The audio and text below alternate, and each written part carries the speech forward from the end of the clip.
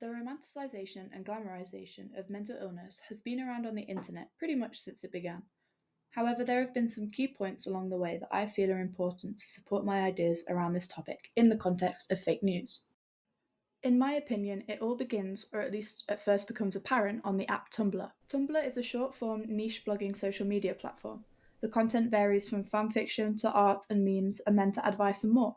It was widely popular around the early 2010s, having accrued over 10 million blog posts by 2012.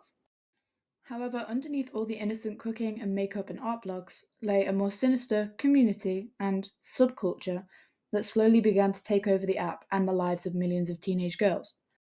A culture known as eating disorder culture, or ED culture, began to rise rapidly on the app, with thousands of thinspo, meaning thin inspiration, accounts dedicated to promoting horrendously unhealthy body images to young women started appearing.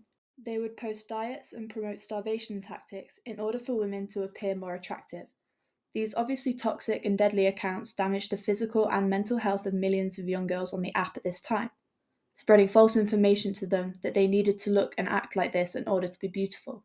Alongside the growth of this terrible corner of the internet began the rise in popularity of the 2007 comedy TV program Skins, which added fuel to the fire. The show followed a group of teenagers from Bristol. A couple of the main female protagonist stories actually glamorized mental health problems, making mentally ill female characters seem desirable to their male counterparts who want to fix them. The Effie Stoneham character portrays mental illness as an attractive feature to have to a young and impressionable audience. Tumblr began to see a rise in glamorization of these characters as they became a new aesthetic to achieve grunge, drugs, and mental illness.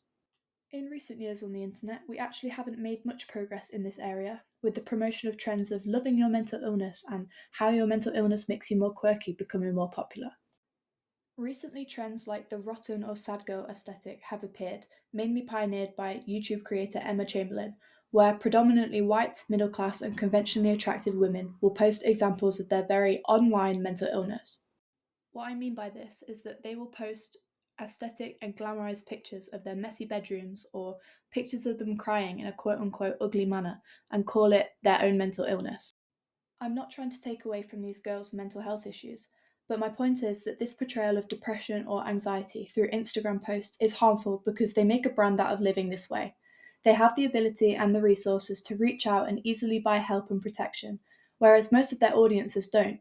At the end of the day, no matter how real these creators are with their audiences, they are still making a financial profit.